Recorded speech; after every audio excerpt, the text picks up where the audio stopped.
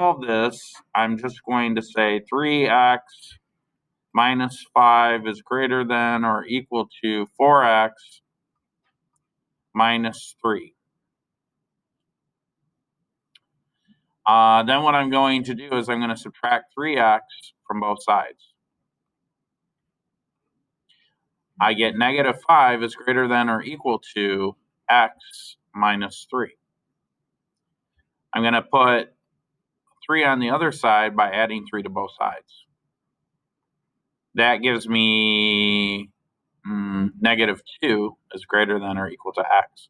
So that's one way to look at it, right? So let's think of a number line. We should probably graph it on a number line because with an inequality, you have a solution set. It's not saying x equals negative 2.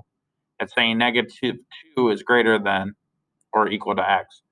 Now, for some, it's easier to write the x on this side. So that means I'd put the negative 2 on this side.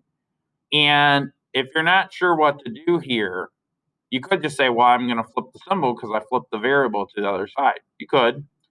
Or you could just say, well, it's pointing towards the x, so I just need to make sure I'm pointing towards the x. It doesn't matter. And now when you read it, we're saying x is less than or equal to negative 2, which is actually the same as negative 2 is greater than or equal to x. So how do I graph that? Well, I'm going to go over here to negative 2.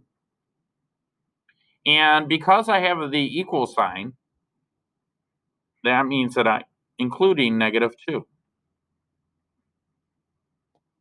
And it's saying less than, so less than means you go to the left.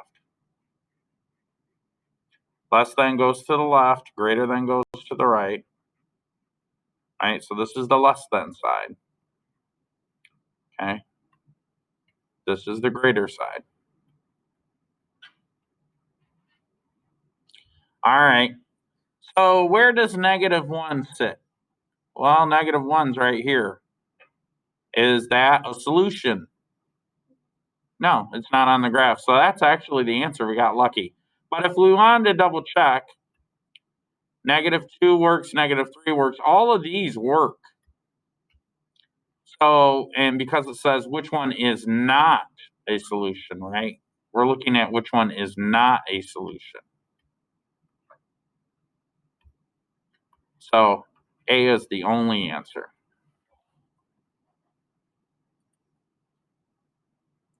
Now, as